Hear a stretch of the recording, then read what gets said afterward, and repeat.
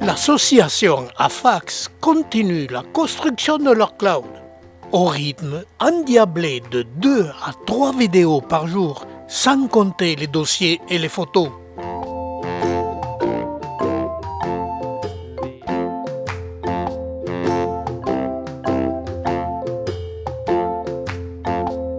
Dans la famille des cactacées, il y a une espèce assez connue appelée Eriocactus magnificus, espèce qui fleurit par intermittence tout l'été, en donnant des fleurs jaunes très lumineuses.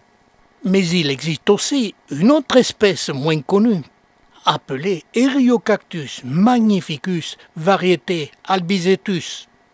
C'est une espèce qui n'a pas d'origine sur site car elle a été fabriquée par l'homme, mais par le nombre très important des aiguillons d'un blanc immaculé, ce qui lui a donné ce nom de variété albisetus.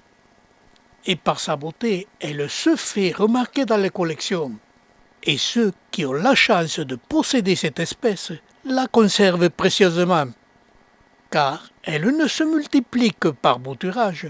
Pour en conserver la pureté de la variété, avec ses aiguillons si nombreux et si denses. Pour sa culture, il n'y a pas de problème, c'est la même que pour l'espèce. Le seul défaut de cette plante, c'est sa floraison.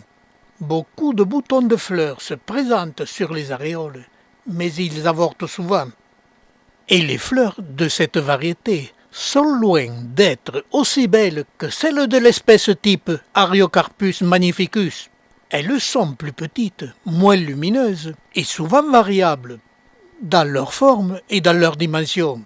Mais cette variété de l'espèce demande un plein soleil pour avoir une meilleure floraison.